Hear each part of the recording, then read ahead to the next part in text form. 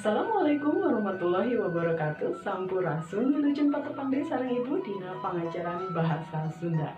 Dina danget ayeuna urang diajar materi ngeunaan warta. Tapi sacenah urang pedar heula kompetensi dasar dina pangajaran warta. Kompetensi dasarna nyaeta anu kahiji mengidentifikasi struktur teks dan aspek kebahasaan teks warta atau berita. Keduanya mengekspresikan teks warta atau berita dengan memperhatikan irama, tempo, artikulasi, lentong kalimat.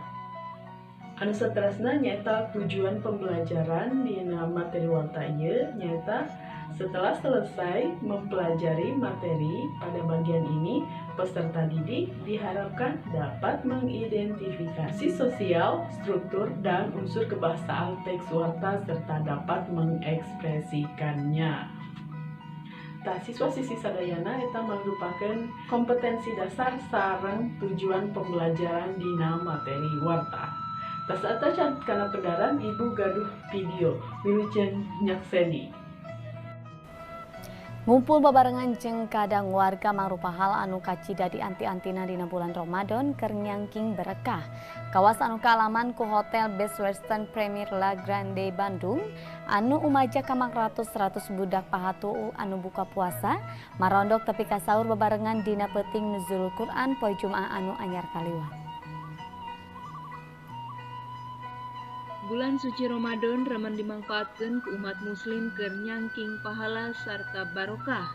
Minangka tarekah pikeun nyangking barokah, sakumna staf direksi jeung pimpinan pausahaan Hotel Best Western Premier La Grande Bandung ileubyung dina kagiatan buka puasa babarengan jeung budak pahatu lalis sarta kaum duafa poe Jumaah nu anyar kaliwat. Eta merupakan contoh warta. Ayeuna urang pedar ngeunaan wartana. Warta teh nyaeta katerangan atawa beja ngeunaan hiji kajadian atawa hiji hal anu ditepikeun ka balarea. Ngaliwatan media massa, boh media massa cetak atawa media massa elektronik.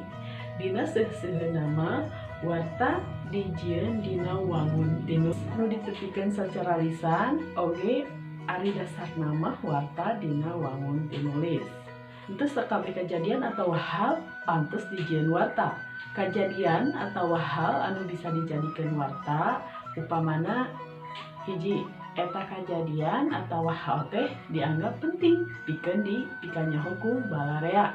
Anu kadua eta kejadian atau hal teh dianggap bisa nyumponan ka panasaran balarea. Dina warta aya unsur 5W hiji H. Tah eta tina bahasa Inggrisnya 5W hiji H teh naon? W anu kahiji nyaeta who atawa dina bahasa Sunda artina saha. Anu kadua what anu artina naon. Anu katilu why artina kunaon. Anu kaopat where artina di mana. Anu kalima when iraha sareng hiji H-na naon how kumaha. Janten eta mangrupikeun rumus atau unsur dina warta 5W hiji H. Kada ingetnya siswa-siswi sadayana. Tah, upama ditilik tina adeganana warta teh diwangun ku puhu warta jeung eusi warta. Bagian puhu warta ngebrehkeun inti atawa pokok-pokok dina sagemleungna eusi warta. Ari bagian eusi warta mangrupa wincikan atawa katerangan inti warta anu aya dina bagian puhu warta. Anu mata upama urang hayang nyaho inti jeung jejer tina hiji warta, baca bae bagian puhu wartana. Puhu warta teh mangrupa paragraf munggaran atawa mimiti dina warta. Tah, siswa-siswi sadayana nulis warta saenyana mah teu sagawaya.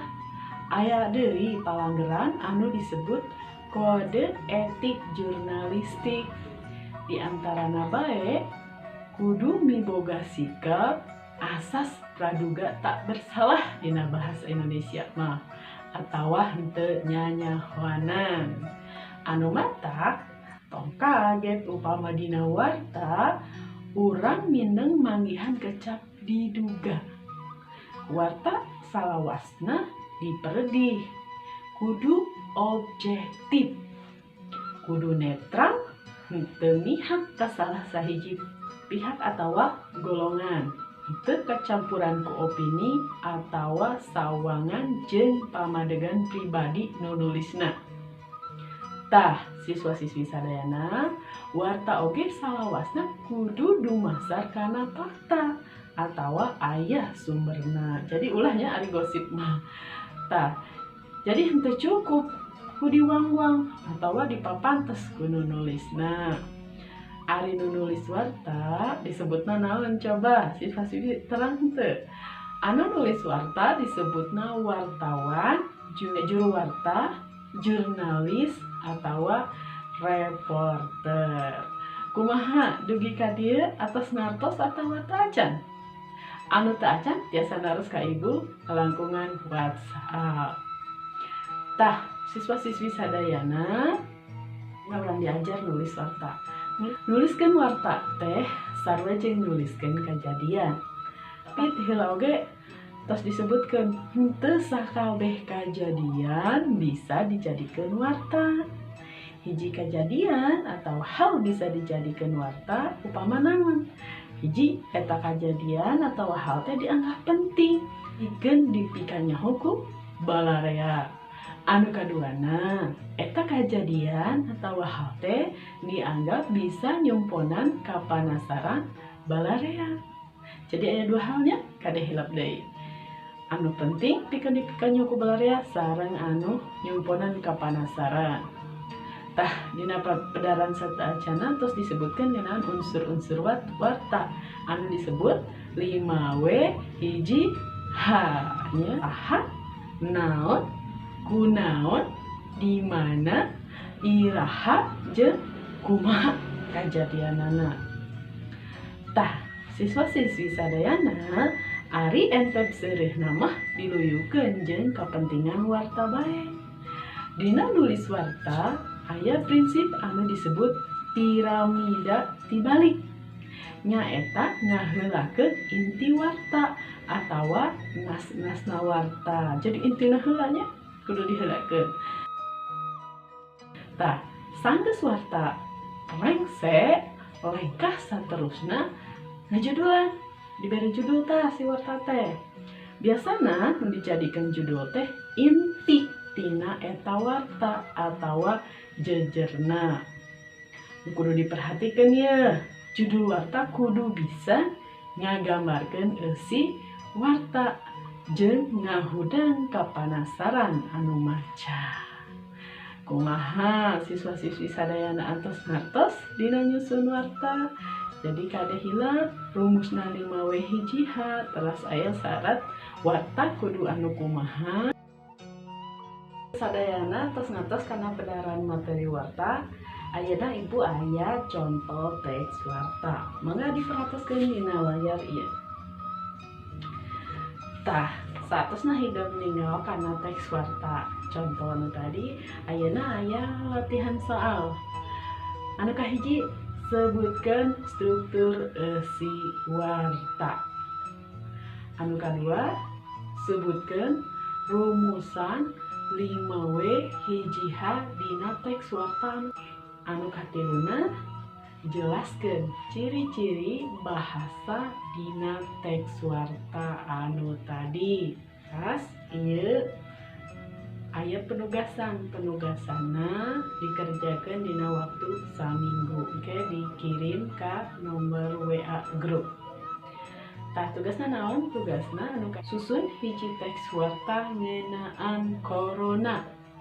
Anu kadua, baca warta anu geus disusun tadi terus videona kirimkeun ka ibu via WhatsApp grup.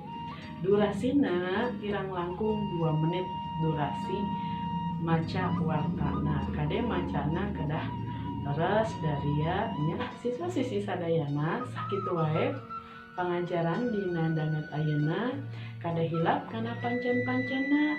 Teras minggu payuna urang diajar deui materi anu sanesna.